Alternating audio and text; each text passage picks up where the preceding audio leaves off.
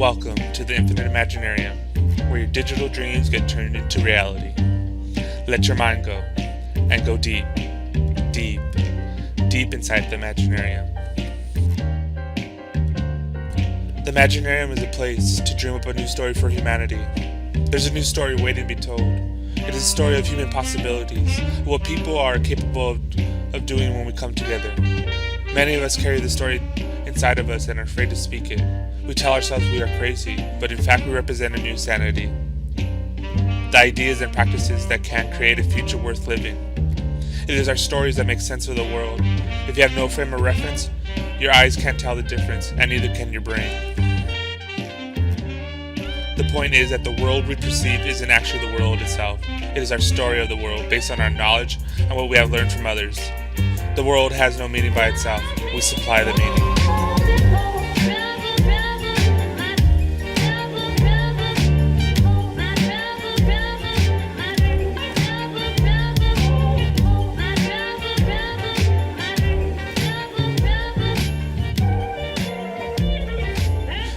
We have no choice but to think together, ponder together, in groups and communities. The question is, how do we do this? How do we come together and think and hear each other in order to touch and be touched by the creativity, the intelligence, the activism we need?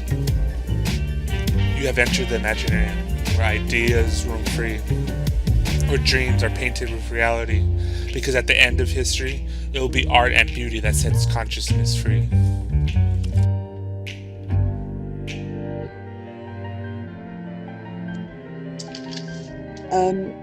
I just wanted to say as well, when we gaze upon an exquisite piece of art or listen to beautiful music, I really feel that an opportunity arises to connect with the original artist, often in the most profound way, because you're potentially firing the same neurons that the artist did when they created it. Thus, we make new neural pathways and stimulate a state of inspiration. And as we mirror the original artist's emotions, we immediately experience something called empathetic resonance, which actually connects us to the artist. The artist could be deceased and it would still connect us to the artist. So in that sense, we never really die. We then feel what the artist felt when they created that piece. Not only do we feel a deep connectedness when we view that piece or we listen to some music, but also we experience an elevated state of consciousness. So this sense of being drawn into a painting or drawn into a piece of music is sometimes referred to as embodied cognition, which is the mind and the body connected. We can experience empathetic resonance in visual, kinesthetic or auditory acuities. Listening to music will often trigger a visual acuity as well, or a kinesthetic feeling sense, or a kinesthetic acuity. So the listening part of us will then trigger something visual or something feeling. So for me, this really cements the theory that we are all very much connected. And we are all one consciousness. So I really feel that art proves that we're all connected.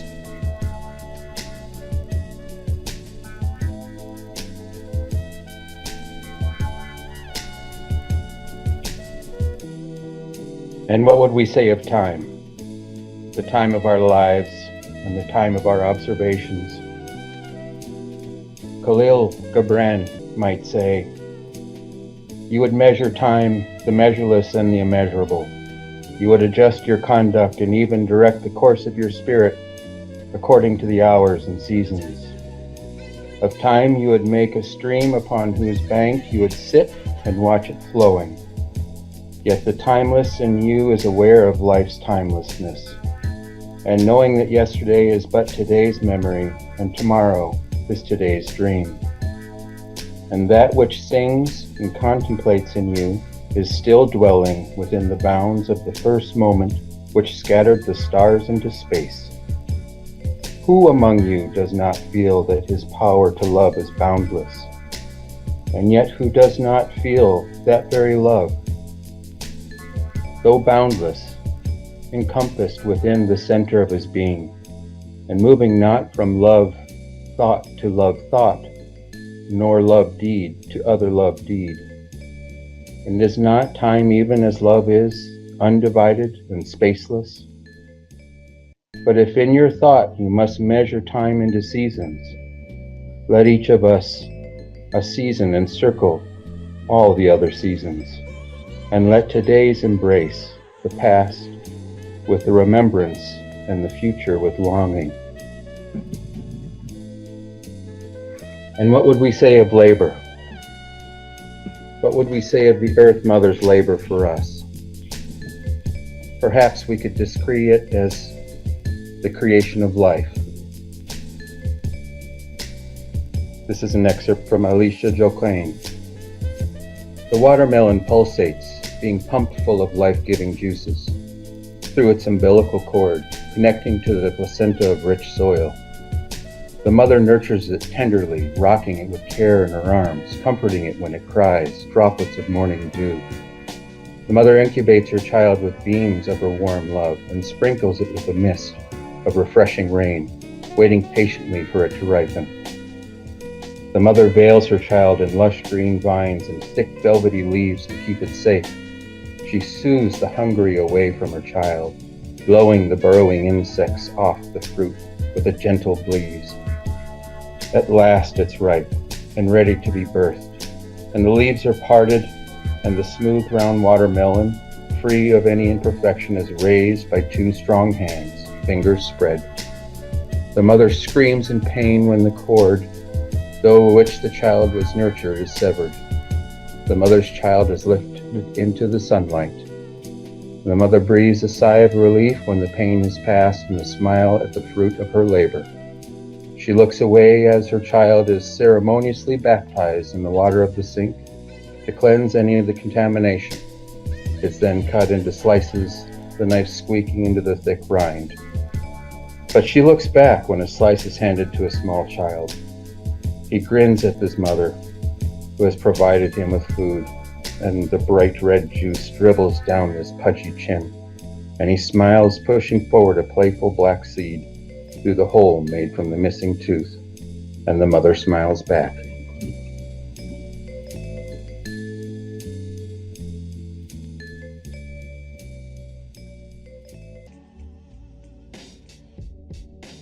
That the root word of psychedelics means to manifest the soul, and reason why I like to do psychedelic Sundays and this whole thing for me now, I mean, I haven't even done psychedelics in like 4 years, but for me, how I manifest my soul or my consciousness is doing these artworks on minds. I basically want to outline my own little theory or where I get the root of my basic understanding of everything, I guess. And it goes to this equation that Dr. William Thaler has, and he expands on Einstein's E equals mc squared, and basically he branches it out to energy equals mass equals information equals consciousness. And how I rework it in my own mind to make more sense is that I connect energy and consciousness together. So it's energy slash consciousness equals information slash matter, and I view it like space and time. So energy and consciousness are like space and time, and same thing with information and matter.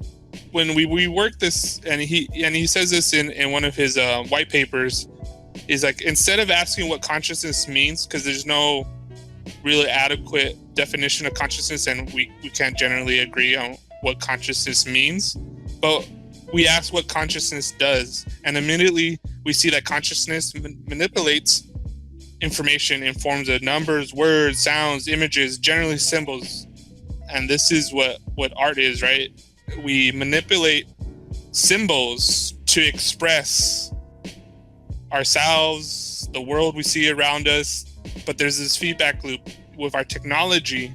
We hack into physical reality and we change it with our ideas. We're manifesting our ideas. We're manifesting consciousness outwards into this feedback loop.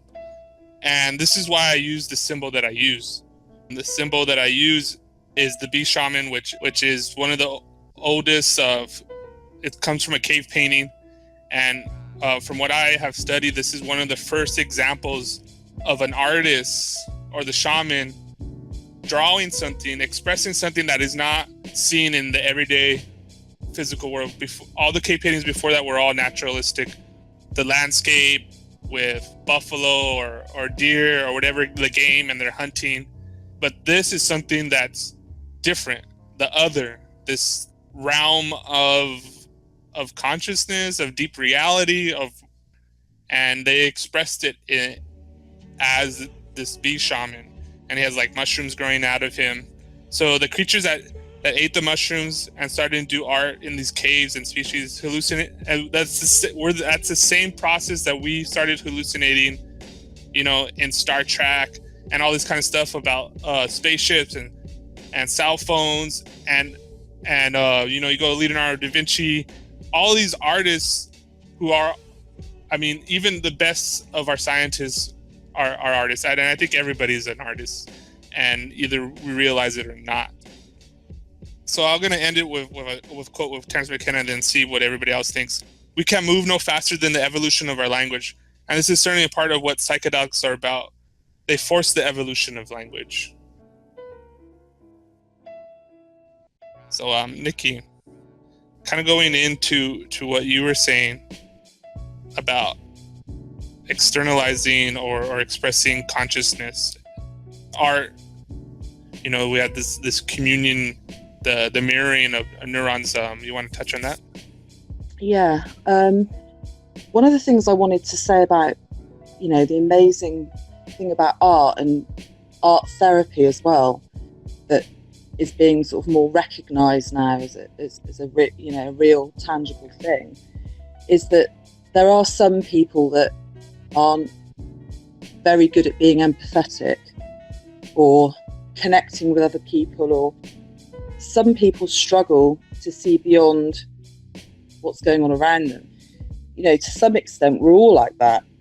We all see and perceive things from our own perspective.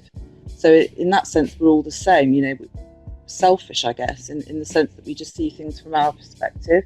The beauty of art, whether it's music or visual art, it develops the ability to empathize. It wakens up the consciousness and opens us up in the sense that we see something and it fires us off. It fires off those neurons, which is like the mirror neurons. So, we see something and it fires off stuff in our brain. We experience a feeling, some sort of sensory feeling, whether it's a kinesthetic feelings, in the pit of our belly, that feeling sense. Or it could trigger a visual thing. So it can develop empathy in people, whereas before they may not had an ability to have empathy, to be really black and white about it. Even the most left-hand brain people that are very factual and black and white about everything, they can see, if they visualize something, if they see something, it triggers a feeling in them, it triggers an emotion. Even if you were just walking through a forest and you're sort of taking in all the beauty of the landscape or looking at the countryside, it triggers a feeling within you. Even if you're the most sort of non-emotional person, that's kind of how I feel. What you were saying before about everybody being an artist, I think they are. I think everybody's an artist in that sense. You can't deny that. Two, and this is something lately I've been playing with, and I guess I've always done it more of an unconscious way, and I think we're all doing it whether we realize it or not. So lately I've been really working hard on my content, and so the latest blog I wrote is about art, poetry, and resistance. And I wrote it in the poem that I'm a mind's artist, and lately, to about a week ago, this one artist, Misty Nomer 69, she said, "Oh, you're one of my favorite Minds artists," and I was like, "Oh, cool." And I'm very kind of like always questioning myself, and I think that this is part of why I keep on like driving myself. I don't view myself like, for me, I hold, and I have a very broad sense of what it means to be an artist. But for me, I go and I view like Allen Ginsberg, Jack Kerouac. These are like my heroes. And I view them in very high esteem. And I'm like, no way am I even close to what they do or what they did. And so even before I would even downplay, like I'll always kind of written, and people would say, what do you do, or who are you, or what always comes to this. And it was funny because when I got on Minds and people started really reading my posts and my blogs, and we're having conversations. So I would have these conversations in the kitchen. They're like, "Oh, what are you doing this weekend?" And it's kind of really hard to explain what I'm doing. Oh, I'm part of the site. Then I started to really to communicate to that. Oh, so like on my part-time, I'm a writer, and they're like, "Oh, really? What do you write about?" And I'm like, "Oh, about consciousness. I write poetry." So I really felt right there that I started to identify or to label myself as artist, even without me really fully confirming it. And lately I've been getting these really good feedback. And then there was someone else said that too, like, it's like, I've been getting these like just random people like contacting me, which is always great. Like the greatest compliment I get is not on how many likes or reminds that I get, but when I inspire someone else to do something. Sikh Gnosticism has always been great at this. Every time I like, especially in the early times of Minds, everybody here knows how it was in the beginning of Minds. Like one person will post something and it'll get everybody kind of fired up. And then you'll see you actually would see how that idea or expression network, and it's spread out. And you'll see someone else write a poem in a response to your writing. I know there's been, we go in ebb and flows on Minds. And I've always kind of, since the beginning, viewed Minds as, okay, this is different. This is actually what I wanted out of social media. And what I mean by that is that I want to network and socialize ideas and projects with the hope, and this is why I say that we want to manifest digital dreams into reality. So part of it is that we talk, and it's cool because Kevin has actually visited me, which I think is great. This is I want my experience with Minds to go. Gov Spiders and Holly came and picked me up, and we went to Colorado and had this kind of mock experience of actually looking at their land and saying, maybe this is where we build a physical space for the Imaginarium. And so this is key to it. Not only just that, I'm using Minds to express ideas and even to transform myself, but also it's always with the intention for me, and anything I do is to use those good ideas. This is kind of like we're practicing or testing out these ideas and theories with the intention to bring them out into the real world, into reality, and creating this new story for humanity, or at least having an environment where it's more conducive to being human. And that's why in that little spiel I said, practices that can create a future worth living. And this is something that has always kind of driven me. When I finally said out loud, kind of like cemented the line in the sand, and I proclaimed in that blog that I'm a Minds artist. And for me, what that means is that I use all the tools on Minds to express myself, to try to manifest these ideas and consciousness in this digital realm and see how they play out in the ecology, and keep on pushing these ideas forward and like an incubator. And once I feel I have certain ideas or a certain amount of feedback, that's when I think it's time to move it into reality, have this convergence. And this is something that I kind of want to express a little bit more, is that what I want for the show, and we kind of did this mock thing in the beginning, I think we'll get better at it as we go along. But because of what Gus Spider said, that where we're going we don't need a host, especially for the Infinite Imaginarium. And sometimes I would love it too for someone on this panel or someone listening that wants to get involved with the Infinite Imaginarium. Do a remix of what I said in the beginning. And I'm probably going to do a little video and make a good version of that and put that out there. Do what the Imaginarium means to you. And then every time we switch it, you know, like maybe you, Nikki, you start off with whatever the Imaginarium, you know, you do your welcome to the Imaginarium, your version of it. And then I say, oh, I fill in with maybe just what I'm thinking at that time. Or I like what Kevin did. He actually read these poems really great. And we come in with some poetry or whatever. Because, I mean, I like poetry. I like reading poetry, writing poetry.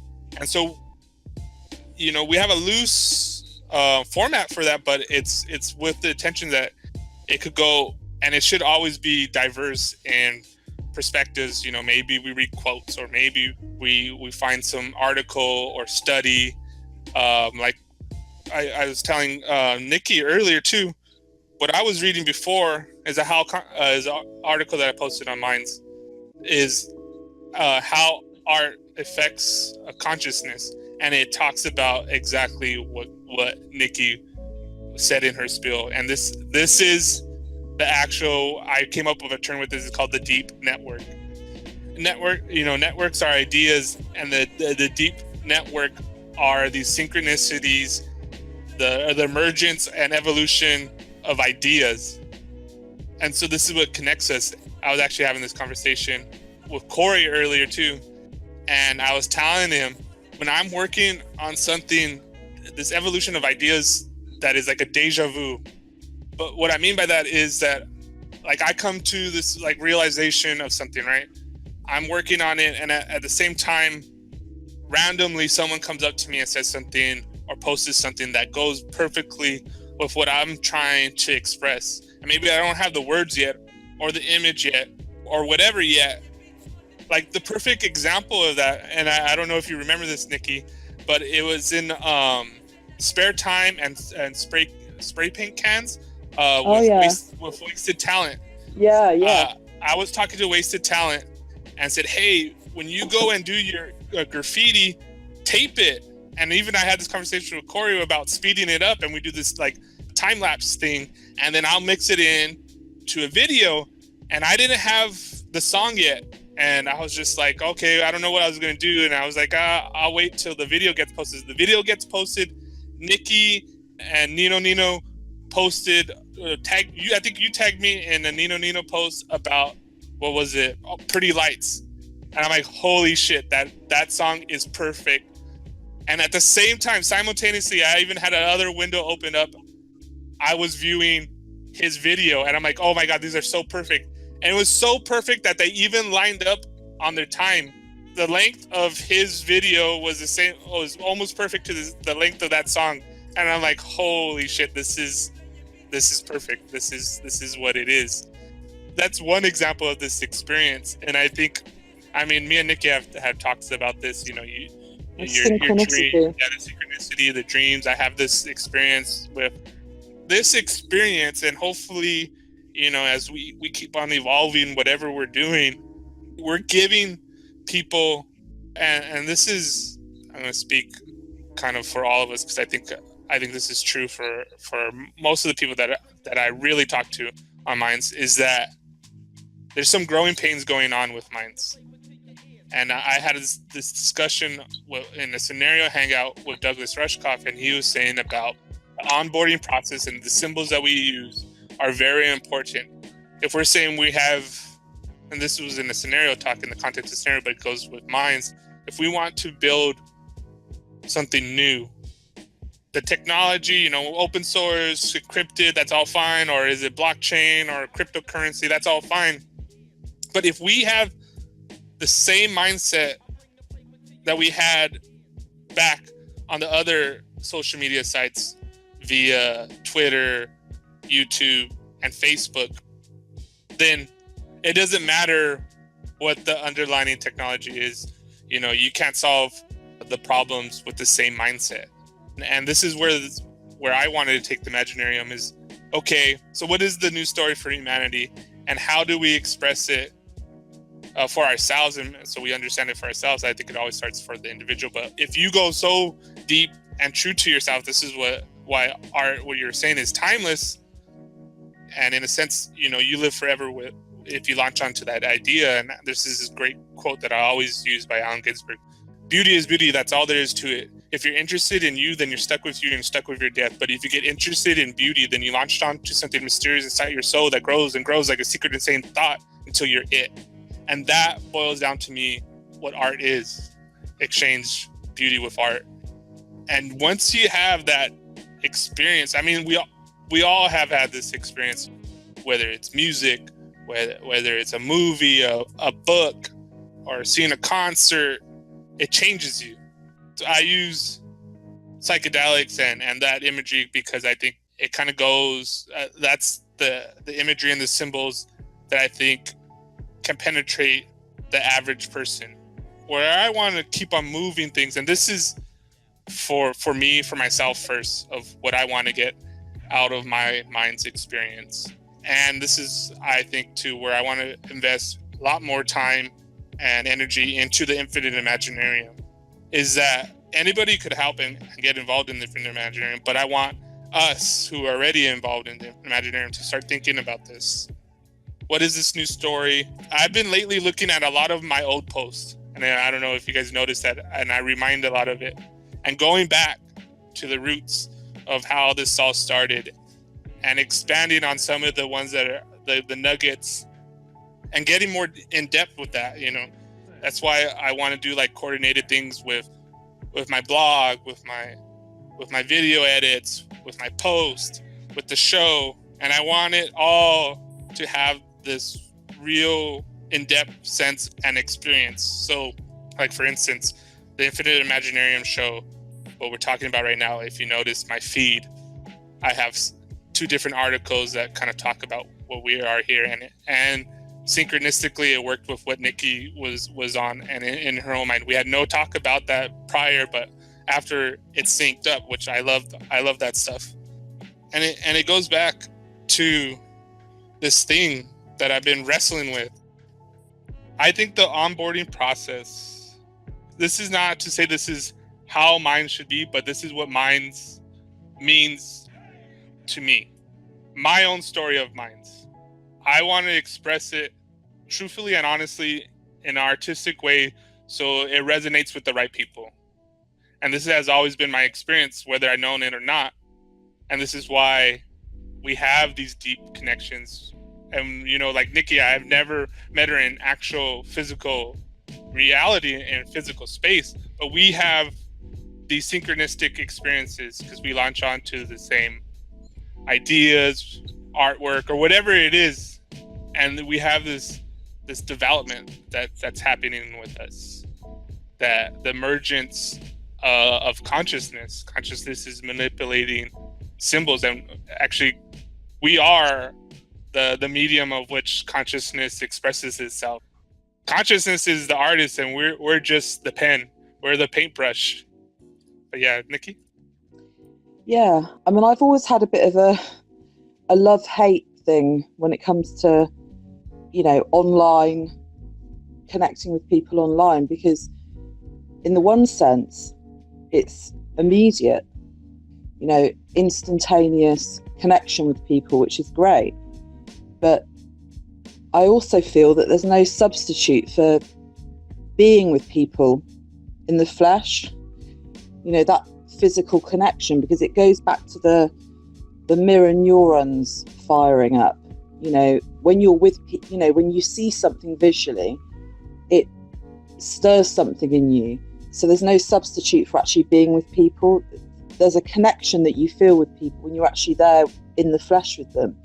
So I kind of feel like this technological age that we're living through at the moment is the beginning of that. Showing people that sharing thoughts and feelings through social media, whether we share our art or our blogs, or I think the thing is, we feel safe sharing things when we type it out, when we don't actually have to sort of be in front of somebody. Like somebody said to me, it's really funny how people sort of, on Facebook, people will post all manner of things that they wouldn't perhaps post or reveal if they were sat in a pub, whereas they feel more confident because they're just in their house typing away. They can just do whatever they want, and they feel safer doing it. I feel that it's the beginning of that strong connection that we have with each other. Social media gives us that confidence to reveal parts of ourselves that we wouldn't necessarily reveal if we were there in the flesh. I feel that I've connected with all these people that I would never have known or connected with if I was living through a different era. Even sort of 30 years ago, I wouldn't have been able to do it. So it serves a purpose in that sense. But I feel that we're going towards, it's taking us in a direction where perhaps we won't need the technology as much. Not to mention our ability to process and store information has developed massively, purely on the basis that we spend so much time online processing information. But I think human beings have evolved massively in the last sort of 25 years due to technology and that process of just scanning information. So I kind of feel like the technology is the beginning of that instant connection that we can eventually have without technology. This kind of goes into another thing that I've been really into lately. I mentioned him before, and he's someone that I've been reading a lot and I look to a lot, and his name is Douglas Rushkoff, and he wrote this book. It's called Program or Be Programmed. In that book, he talks about how we build technology, and instead of technology being built for humanity, we're changing our humanity to technology. So it's time to build technology for humanity and shape the technology to empower us as humans, instead of what you were saying. We have these great tools, but for different reasons, we're acting like a computer. We're just scanning information, sometimes blindly reminding or clicking and going into this automatic mode. But what makes us pretty unique and different than a machine or an artificial intelligence is that we can make connections that even the advanced algorithms can't make. Part of some of the studies with mushrooms, and it says, even after you take those mushrooms, people make these, non-linear connections of information, and it stays with them. The mushroom and the psychedelic experience is just a tool itself. Meditation does this as well, but I think, you need to have that frame of reference. And this is why I always kind of use these symbols and talk about psychedelics, because once you have that frame of reference, and Alan Watts has one of the best quotes about it, is like, once you get the answer, you hang up the phone. The real work happens in the integrating, whether you read a great book or you get this piece of truth or information, that's fine. But the real work is in integrating that until where it becomes part of your being. And in that quote that I was saying, you latched onto to beauty, that beauty being art or truth or whatever that beauty is, until you're it, that being of it. This integration part is something that I'm really always kind of mulling around in my head and my brain. But Douglas Rushkoff also has this new project, and it's called Team Human. And it's so funny, I told this to Corey, is that me and Nikki, this is our project, Infinite Imaginarium, and we've been on a hiatus and for various different reasons, and we're like, we need to get back to it. I was like, you know what? I had this feeling, like, it's time, let's do it. And simultaneously at the same time, and I came across the Team Human podcast, and it's like, oh, I remember that Douglas Rushkoff was doing that. I was like, oh, let me listen to it. And when I listened to it, so it's a weekly podcast, and it has a set of resources, enable human intervention in economics, technology, social programs that determine how we live, work, and interact. This is a media as cultural resistance and a path to social change. And I'm like, holy shit. He's that's more formed of what I was visualizing Infinite Imaginarium to be. And so then I started getting into his podcast and his website and the different people that are connecting with him. And in one of them, and I think this is really important for us right here and the other people that resonate with me, with Nikki and our group, we have plenty of critics in the world telling us that it's going to end or this is crappy or whatever. But what the world needs is more visions. And Douglas Rushkoff goes on to kind of say is like, facts really don't matter to anybody. And the example is the electoral politics. You know, look at what's happening right now. And we sometimes get confused or stuck on if we just we have this truth and someone just reads this book or reads this article or watches this YouTube video and then they're going to be awake and it's going to magically change something. And we've been doing this. If anything, if you look at what's happening right here in the States and with our election, it has what it is this is the artist has to ground its expression in truth, but it does it in a way that affects you on emotional level and it moves you. And it's not so much that, oh, you need to believe this truth, but it's to spark it within you so you start that process of integrating whatever information it is and doing that research. And it goes into these quotes that I like. So John F. Kennedy says that when power leads man towards ignorance, poetry reminds him of his limitations. When power narrows the area of man's concern, poetry reminds him of his richness and diversity of existence. When power corrupts, poetry cleanses. If more politicians knew poetry and more poets knew politics, I'm convinced the world would be a little better place in which to live in. We're all concerned of like, oh, this truth or that truth. And this goes into that dream that I expressed. I had this dream where I was at this hip hop festival and it was in South Central. And I'm pretty simple of how I dress. I'm pretty neutral. And so like everybody projects something onto me. I remember when I was younger, my friend used to say that I was a rocker. And so I was labeled as a rocker. So I didn't know anything or shouldn't know anything about hip hop. Depending on where I'm at, I have this view because I have brown skin that, oh, I'm from the hood or whatever, and then that I'm in like that culture. But when I'm in with people, quote unquote, that are ghetto, they say, oh, you're white because of how I speak and what I'm interested in and all this kind of stuff. So everybody projects whatever they are onto me. And this dream was kind of illustrating that because I was walking in this hip hop festival and I was like, oh, this is cool. And then this group of people were like, what are you doing here? You don't belong here. You're not, quote unquote, a hip hop head. You don't look like that because of the way I was dressed or the way I look or the way I talk. And I told them, it's like, what? And I was like, dude, most of this stuff that's being said is not even real hip hop. And I go into what happened to like real hip hop. The only one that right now that I feel that's real out there is Saul Williams. And I go into this whole lecture and basically I come to this line is like, why can't we say something deep and have a dope ass beat? I remember that just kept on echoing in the dream and then echoed when I woke up, and it just kind of resonated with me. And this is why I do the video clips that I do, because you know there's not enough for me of media that's out there that, and there are some, you know, like I said, like Saul Williams, and there's other people out there, but to the extent where I want it. And this is lately what I've been doing with some of the Douglas Rushkoff clips or with my Alan Watts or whatever, and having a really cool soundtrack, kind of like a hook.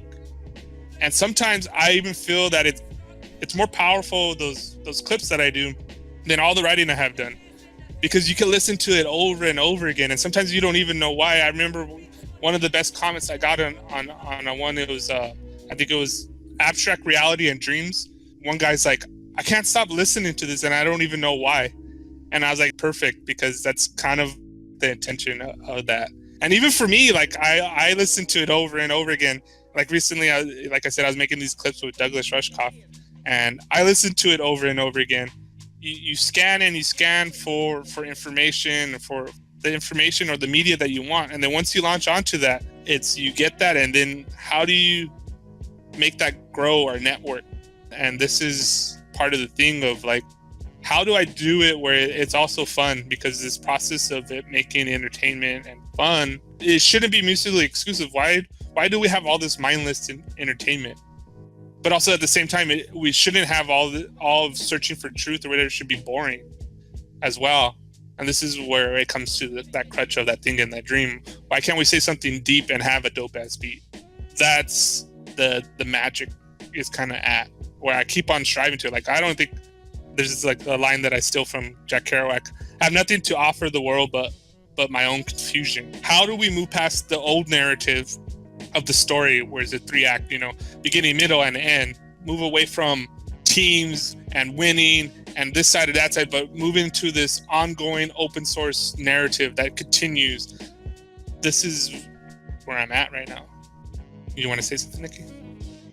Yeah, I was just going to say that one of the biggest myths, I think, is this whole plagiarization thing of somebody creates something original and you shouldn't copy it, and that's something that I completely disagree with, because I feel that the whole development of consciousness is that artists create things.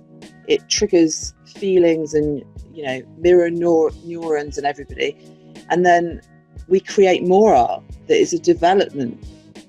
We go further down the line.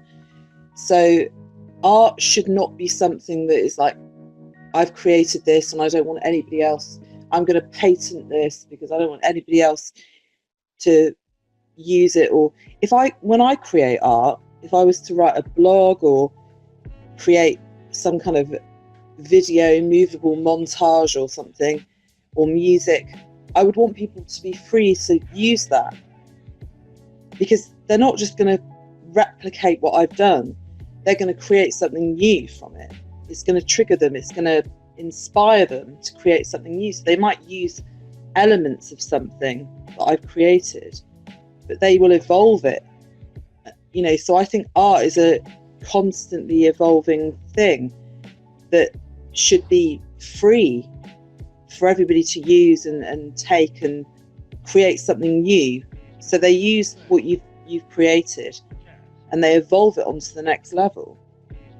I feel that people should take it and use it and take it onto the next level, because I think it's an ongoing evolvement of consciousness.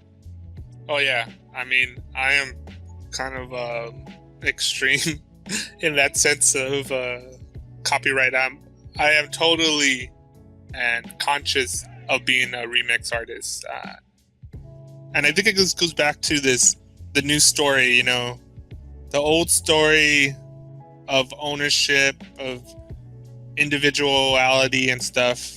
It's not that it's wrong, but it's limited.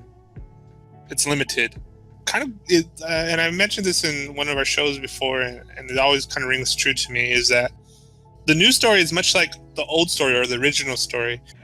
The Native Americans, when the Europeans came over and they said, "Oh, we want to buy this land off of you," and they kind of looked at them and they laughed, and they had no concept, like, how can you own land? The earth is our mother. You can't own it. It didn't even compute with them. They had no frame of reference of it.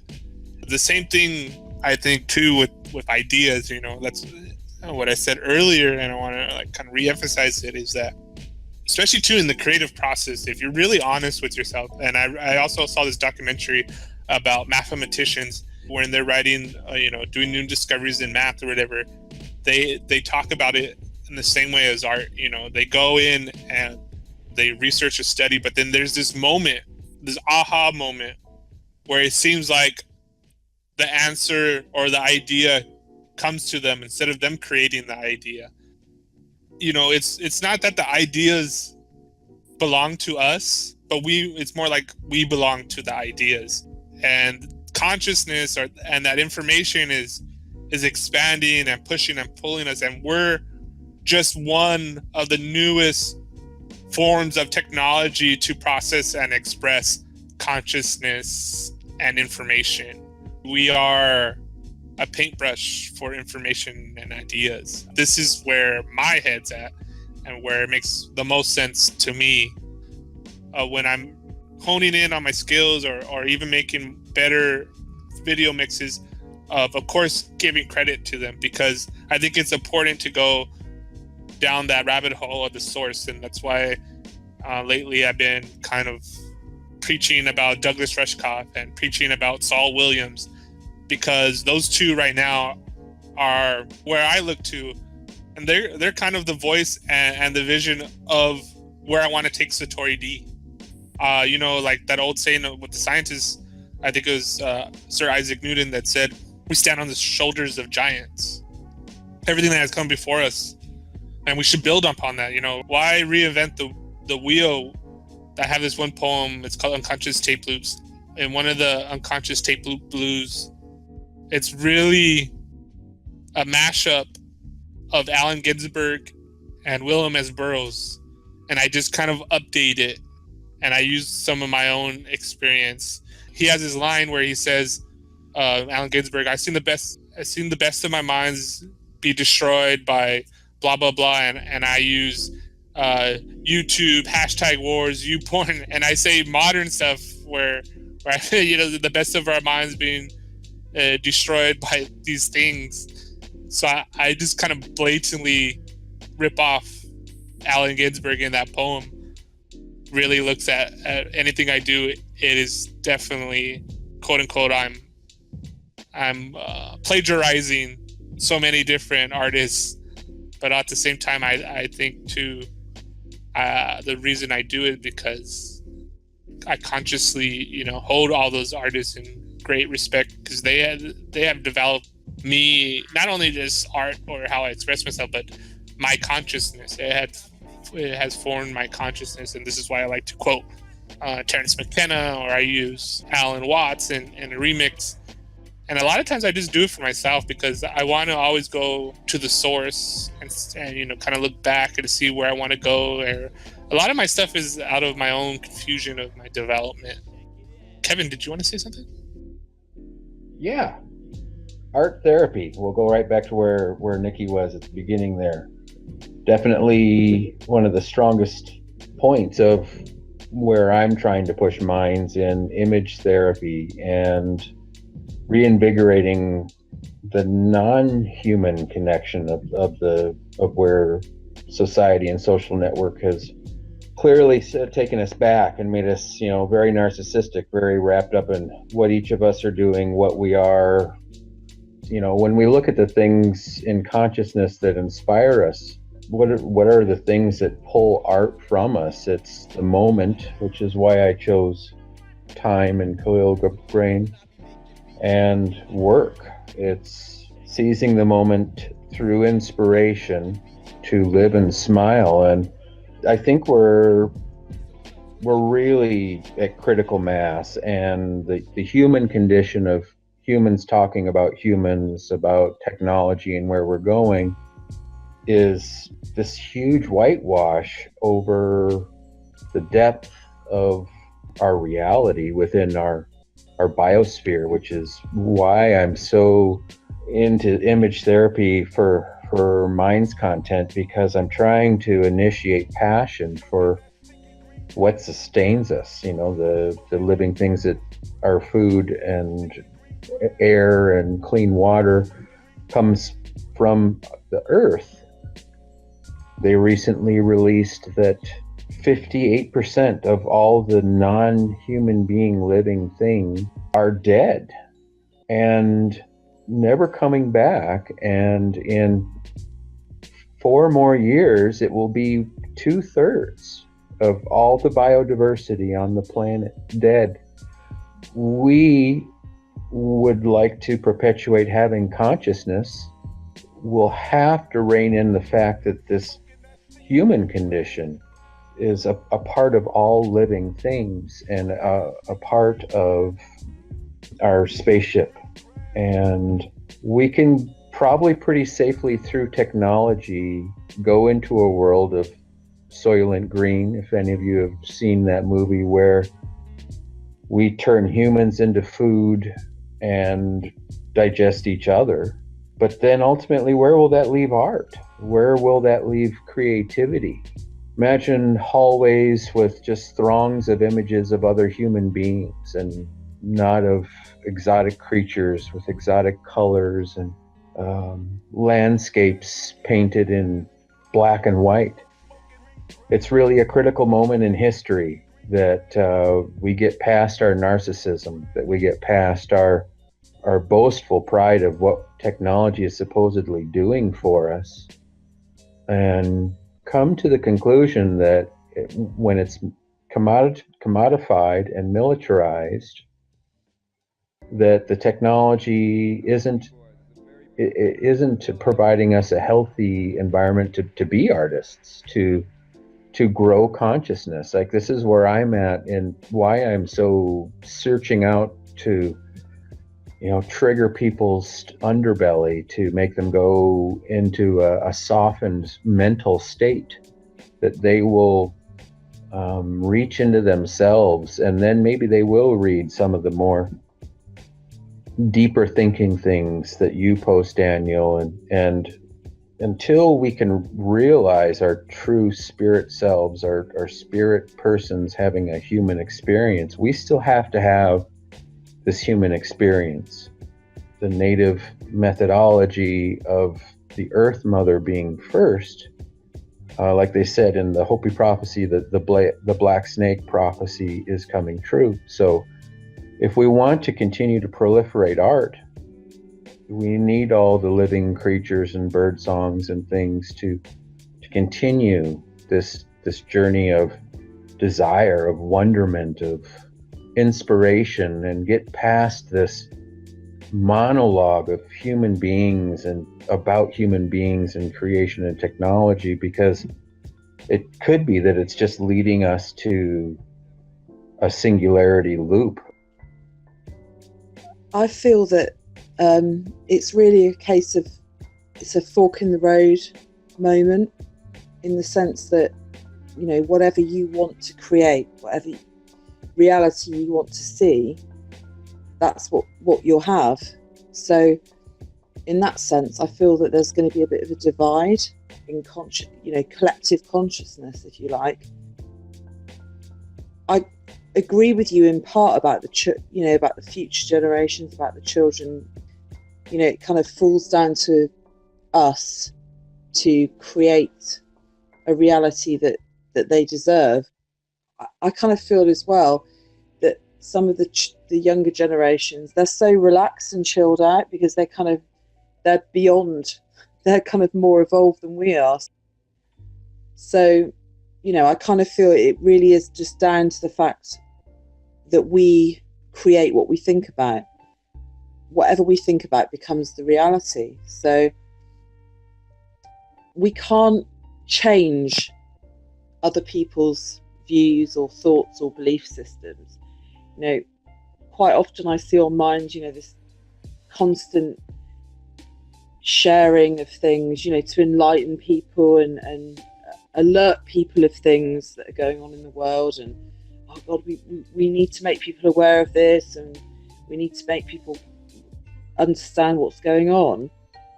But I'm not so sure that's what we need to be doing. I feel like what we need to be doing is just sharing the things that we love, that we believe in, sharing the things that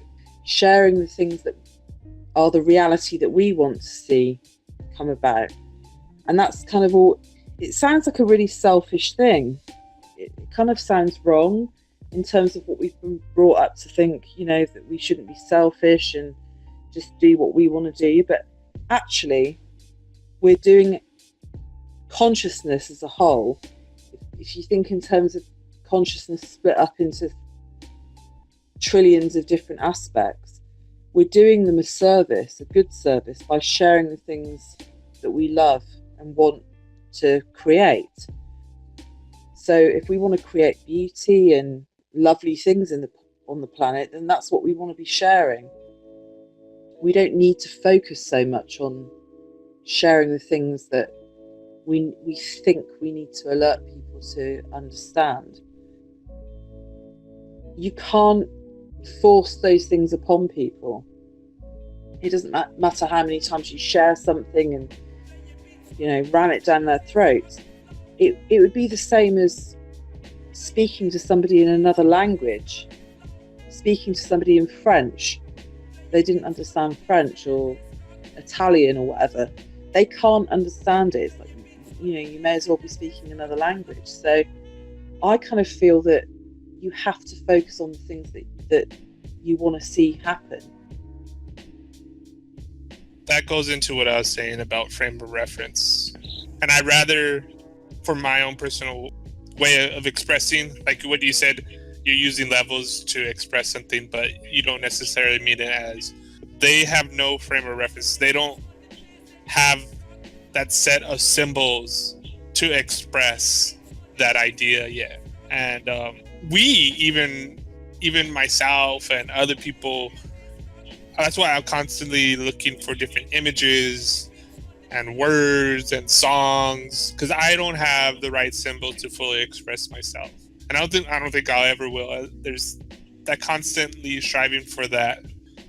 I want to kind of go back to what Kevin was saying, and I do see a problem here, and this kind of goes into what I think is the crux of where we are. We think we're still stuck in this dualistic way of thinking, and we're thinking, you know, it's humanity versus technology. And I think where it's going towards, it's non-dualistic, it's seamless. Language breaks up the world into symbols and to bits to express it, but the actual world, independent from our language and even from ourselves, is seamless. And this is, there's a difference between, you know, your mind and being aware. We use conscious as being aware, but consciousness is the seamless everything, the whole integrated whole of everything.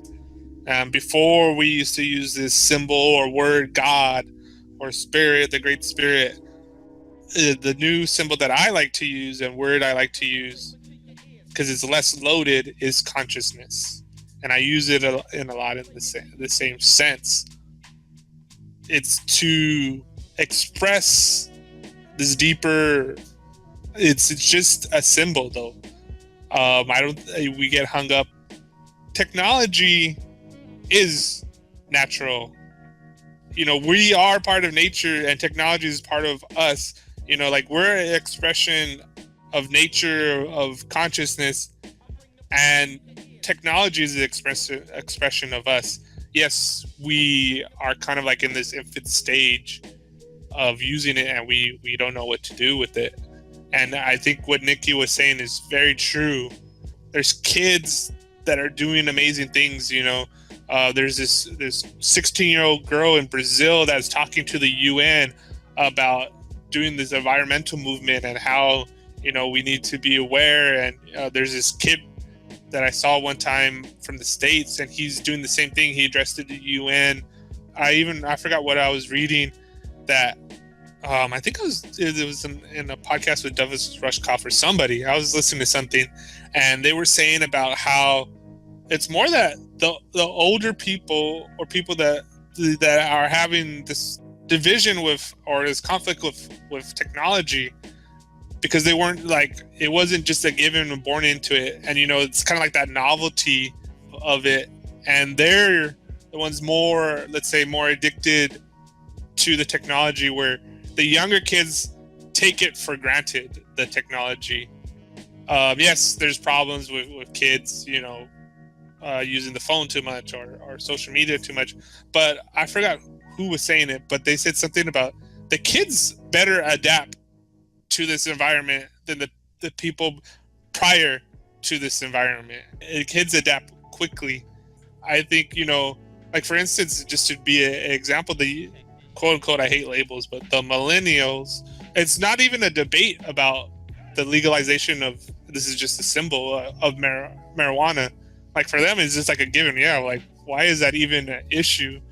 Like, that's not even worth, like, debating. Like, they're moving beyond that. And I think too, have to move, and it's hard, and it's probably not going to be us. It's going to be the kids and the grandkids. But what we have to do, or what I feel I need to do, is one, constantly, what Nikki was saying, I think is very true. Share what you love, and it's hard sometimes. You see, I always have this horrible feeling when I read too much politics or even get swept up in the whole thing, and I feel very dirty. Like if you like eat a lot of junk food or whatever, and you feel like horrible, like, oh, why did I just do all that? The same way I feel with politics. Like, why did I spend so much time reading about Donald Trump? There's so much things happening. What I've been getting into with the Team Human. But if you switch your attention onto, let's say, the stuff you love, that beauty, then you're playing this eternal game. And it's not just about you, but it's about the secret of same thought that grows and grows until you're it. Launch on to something eternal. I like to use this phrase, the songs of eternity.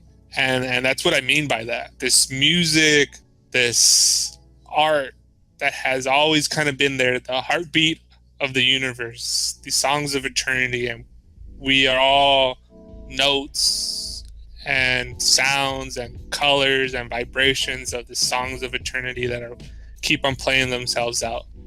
We have this sickness, and when you think of it in those terms, for your own self, when you get really sick, you have the peak of the fever, and then you have these night sweats, and then you start the process of getting over it.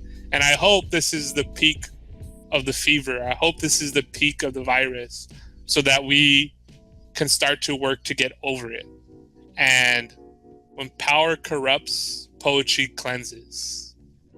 The things that enthrall the human condition to create are the unusual, the unexpected, the glorious, those things that are fundamental to the quality of life that we're involved in. And the whole effect of the finger pointing, the politique about each other, so that we don't talk about what's really going down. This obsessive self has just gotten overwhelming. It's stifled creativity. It's definitely put the blocks on. I think the task being put forward to us is, are we capable of utilizing this advanced intellect to redirect the story to what holistically will generate the same opportunity for the young people? I want to soften you. I need you to breathe, and I need you to feel, just to let your guard down. We are so immersed in tension, we've lost sight of the moment. Like we're between absorbing information and seeking information, and that the moment is kind of eaten up. It was really a trip. I was reading an article about societies 200, 300, and 400 years ago.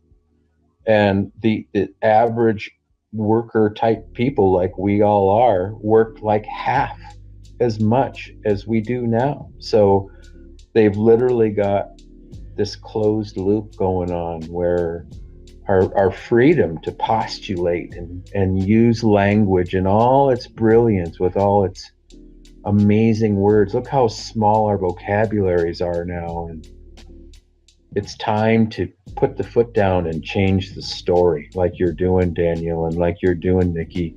It's time to say, no, we have to defend these things. We're really at this critical mass now where we've got to preserve what's left and nurture it and refurbish a lot of the bad things that we've done, so that we can move forward, I think, with a clear conscience. Yeah, exactly. I think one of the most important symbols and things that are happening right now, and why I did the latest blog I did about art, poetry, and resistance is, and I also did a new video mix of Douglas Rushkoff, and it said, or a new story, protest as a way of being. And in it, he's kind of talking about how do we empower each other for this ongoing story of sustainability. We all are symbols before this. We talk about war on poverty, war on terrorism, war on hunger, the climate wars, and all this kind of stuff. So those are the old ways of beginning, middle, and end. And that if we protest and march and this and that, and then we feel good and we come home, or if we click something on the internet and said, hey, here, this is what we are, I think what's happening right now, I mean, it has always been happening. There's this critical moment, where things are colliding, I think, right now. And where I would like to even keep on more focusing myself and expanding on poetry and activism as a way of being. That it's not just, okay, we do this or we post that, but that integration that I was talking about earlier, which is the hardest thing. I mean, all sorts of different books, and I could quote this and that, but actually having it integrated to where it's in you, and you're no longer intellectualizing, but you are it. The hardest thing, and it's not an end thing where just one day you're awake, but it's this continuous evolutionary process.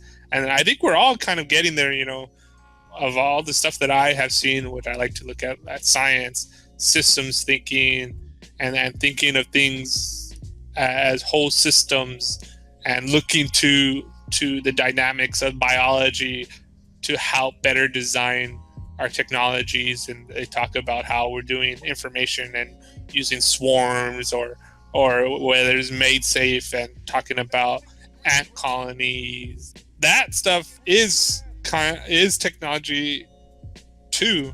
But kind of circling back to my point, the biggest protests, biggest art that we can do is to just be. And I mean, and it's hard. How do we live in this moment of now and express the beauty of everything? We have all these distractions of all this media that's coming at us, that pulls us and keeps us away from being, we have to look at the news, we have to see how our updates, our notifications work. Everything's pulling us away from just being able to live, to be, and everything's pulling us this way and that way, keeping us into this kind of weird little conscious trap. So these artworks express that, and it's still always the menu, and hopefully whatever the hell we're doing here is all part of the process. Maybe we have Nikki end it, because we're going pretty far deep into the Imaginarium now. Yeah, I think that the important thing to remember is that the reality that we exist in is full of distraction. Everything's there to distract us and take us away from being in the moment, feeling our thoughts at that moment in time. So there's always something to sort of take us away from that. You can be feeling quite calm and euphoric, and then something just pops into your head. You don't even know what it is. It's just that you're in a moment of oneness. You're not distracted by anything going on. So your emotions aren't undulating in any way, shape or form. You're not going up or down in any way. You're just there. Entering into an age where the consciousness has evolved to a point where we can't go back to how we were. So, the powers that be, the ones that want to keep us in that closed, lower consciousness state, are literally throwing everything at us that they possibly can to sort of keep us in that low vibrationary state of fear and panic and stress and everything's distractive. You can almost come out of yourself and observe what's going on around you. Your higher self should be steering the ship of your existence. If you expand your consciousness outwards, if there is an outwards, then everything blends together into one thing anyway. So you achieve the oneness. Talk about wrapping things up, and what you're saying and tying things together is what scientific research has been showing us about how art affects the brain. Today's brain scanning stuff, it shows us how art changes the physiology of our brain. Contemplation, observing, and taking in beauty all stimulate pleasure centers within our brain, mirroring of neurons. This is what the science is showing us. It's kind of goes into that thing. In the firing of your brain and the reworking of your brain, there's no difference between something you kind of imagine in your brain and what kind of goes out. And this is what dreaming, and if you read like the Doors of Perception, Aldous Huxley talks about this, is that dreaming is kind of like this simulation of reality and reaffirming these neural nets into your brain so it gets integrated, and so you better integrate whatever skills or information you need to continue on with life. But the same thing with art has the ability for us to hack our own brains and hack reality. This quote that I use on my blog: art is not a mirror held up to reality, but a hammer in which shapes it. And I think we got to keep on using that tool to keep on hammering at reality. And thanks, guys.